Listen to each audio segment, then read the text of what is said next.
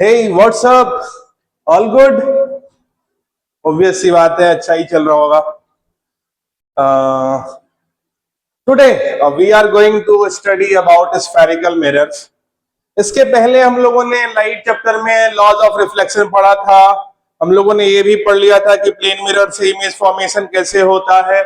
अभी हम लोग पढ़ने वाले हैं स्फेरिकल मिरर्स के बारे में, ठीक है? चलो शुरू करते हैं। स्फेरिकल मिरर्स क्या होते हैं? वैसे तो अगर मैं बात करूं कि आप लोग किसी भी कार के अंदर, बाइक के अंदर, कार वो मतलब अमीर हो तुम लोग, पता नहीं होगे या कभी तुम लोगों ने कार और देखा होगा, तो कार के जो दोनों साइड में जो साइड मिरर्स होती हैं, कभी उसको तुमने टच करके देखा है? You ever feel that you found that कि जो कार या बाइक की साइड मिरर्स होती हैं वो हल्का सा बाहर की तरफ कर्व्ड रहती है, हाँ या ना? कभी तुम लोगों ने चम्मच देखा है? अभी वो चम्मच, मतलब मैं इतना गरीब तो नहीं मानता कि तुम लोगों के पास चम्मच नहीं होगा। ऑब्वियस सी बात है कि you all have a kind of spoon. अगर तुम्हारे घर में चम्मच होगा, तुम चम्मच को देखोगे तो मेरे हाथ के शेप का तुम्हारा चम्मच हो सकता है, हाँ या ना? यानी हमारा चम्मच एक साइड में अंदर बेंडेड होगा, एक साइड में बाहर कर्व्ड होगा और साथ में उसके पास एक हैंडल भी होगा, हाँ या ना? अगर चम्मच को कंपेयर करा जाए तो चम्मच भी a kind of spherical mirror की तरह दिखाई पड़ता है, जिसके अंदर ये जो हॉलो स्फीयर होता है, ये जो खाली स्फीयर होता है, that is the example of spherical mirror. Spherical mirror जो होते हैं वो स्फीयर का हॉलो पोर्शन होते हैं और बेसिकली ये दो टाइप के होते हैं। एक का नाम होता है कॉनकेव मिरर और एक का नाम होता है कॉन्वेक्स मिरर। अच्छा, अगर मैं कॉनकेव के बारे में बात करूं, that is spherical mirror which bends inward, which bends inward. मतलब अगर मैं एक अच्छे डायग्राम से समझाने की कोशिश करूं, ये देखो, अंदर साइड में धसा हुआ है, हम इसे क्या कहेंगे? कॉनकेव मिरर कहेंगे, हाँ या ना? यानी इसके बाहर वाला ये जो सरफेस है, ये सरफेस पॉलिश कर दिया गया है, यानी इधर पे कोई भी लाइट का एंट्री अलाउड नहीं है। अंदर वाला जो सरफेस है वो रिफ्लेक्टिंग सरफेस है, मतलब इधर मैं कह सकता हूं ये पॉलिश्ड है और ये वाला जो सरफेस है ये रिफ्लेक्टिंग सरफेस है, हाँ या ना? समझ पा रहे हो? अगर कॉन्वेक्स के बारे में बात करूं तो बात, अच्छा ये अंदर साइड धसा हुआ है, अगर हम इसको बाहर साइड धसा दें और अंदर वाले हिस्से को पॉलिश कर दें तो अंदर वाला हिस्सा पॉलिश होकर के बन जाएगा कॉन्वेक्स मिरर। इसमें आउटर स्फीयर जो होता है वो रिफ्लेक्टिंग सरफेस की तरह बिहेव करता है और अंदर वाला जो होता है वो पॉलिश्ड सरफेस की तरह बिहेव करता है। अब एक और चीज समझ लो कि कॉनकेव मिरर का इस्तेमाल कहां कहां पे होता है। देखो, जब भी किसी छोटे साइज के ऑब्जेक्ट को बड़ा साइज करके दिखाना हो तो हम जनरली ऐसे जगहों पे कॉनकेव मिरर का इस्तेमाल करते हैं। जैसे आप सैलून कभी गए हैं? सैलून जाते हो कि वो चौराहे पे जो बार्बर्स दुकान लगा के वो ईंट पे बैठा के काटते हैं, वहां कटाते हो? आई होप कि तुम्हारे साथ ऐसा दरिंदगी नहीं होता होगा। पहले के जमाने में लोगों की बाल जो है ना वो बार्बर शॉप पे कम ही करते थे। मैक्सिमम लोगों के बाल जो है ना गांव घर में बार्बर घर पे आता था और घर पे ही लोग बिना किसी मिरर या ग्लासेस के करा देते थे। लेकिन आज के टाइम में तो ऐसा नहीं होता। ऑब्वियस सी बात है, बहुत सारी चीजें आ गई हैं। तो बार्बर शॉप वगैरह के अंदर हम लोग जो मिरर देखते हैं वो मिरर कॉनकेव मिरर होता है। कौन सा मिरर होता है? कॉनकेव। कॉन्वेक्स मिरर का इस्तेमाल हम वहां पे करते हैं जहां पे बड़े साइज के ऑब्जेक्ट का जो इमेज हो छोटा चाहिए होता है, वहां पे हम कॉन्वेक्स मिरर का यूज करते हैं। फॉर एग्जांपल, बाइक का, कार का जो साइड मिरर होता है वो हमेशा कॉन्वेक्स मिरर होता है। All are getting this point? Hopefully so. मुझे उम्मीद है कि आपको ये बातें समझ में आ रही होंगी। बहुत छोटी बातें हैं, आप लोगों ने कई बार पहले भी पढ़ा होगा और इसी बात को मैं रिपीट करके आपको रिवाइज भी कराता हुआ चल रहा हूं।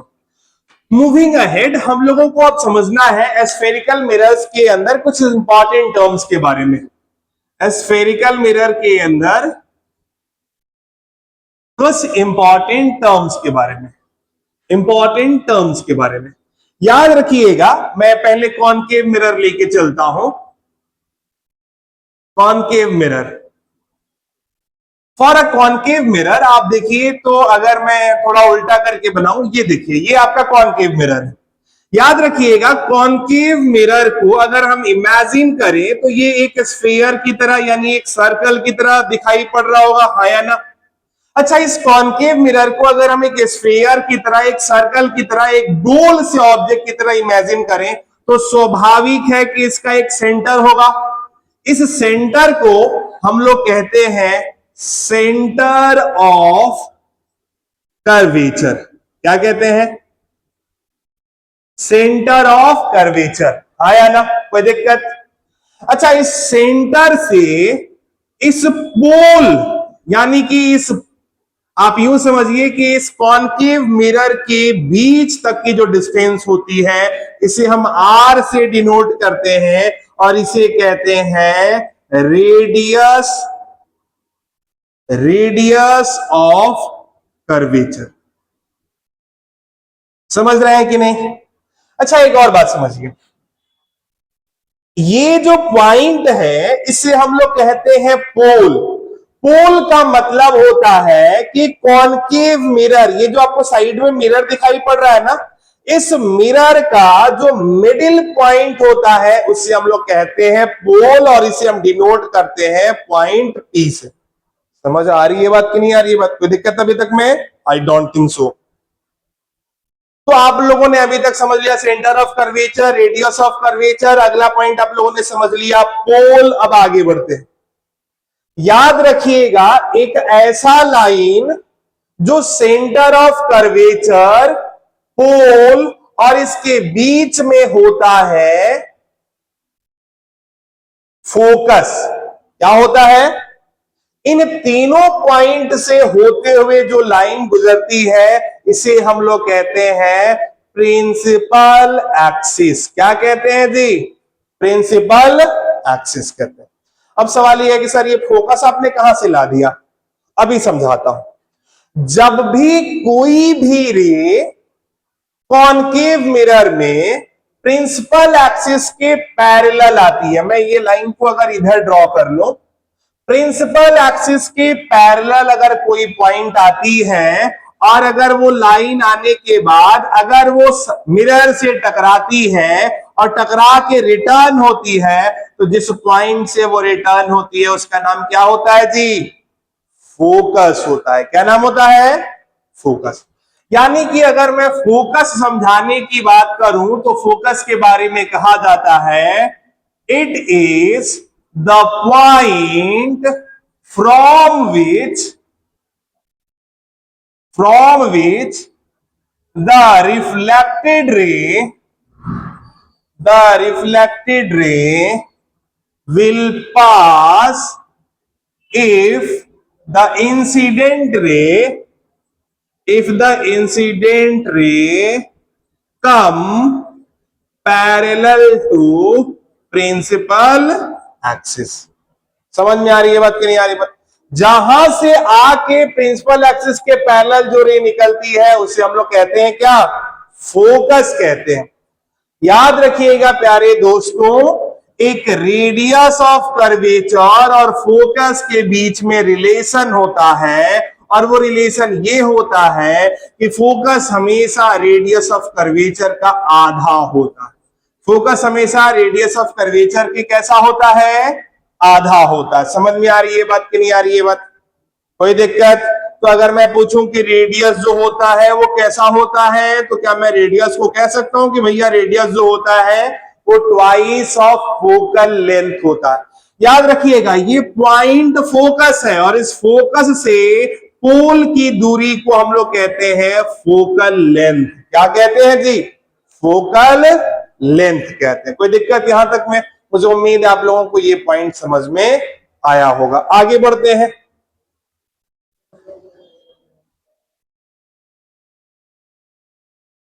अब हम आपको समझाने वाले हैं एक बेहतरीन सी बात। पता है क्या समझाने वाले हैं? रियल इमेज के बारे में और वर्चुअल इमेज के बारे में। याद रखिएगा, रियल इमेज का मतलब होता है when image is produced after the actual intersection of two reflecting rays। जब दो रिफ्लेक्टिंग रेज वास्तव में मिलती हैं तब बनता है रियल इमेज। समझ आ रही है बात कि नहीं?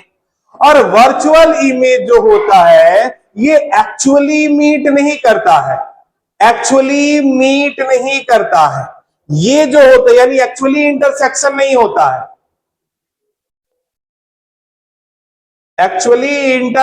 नहीं होता है। बल्कि ये टेंड टू मीटिंग होता है। टेंड टू मीट मतलब टेंड टू इंटरसेक्ट का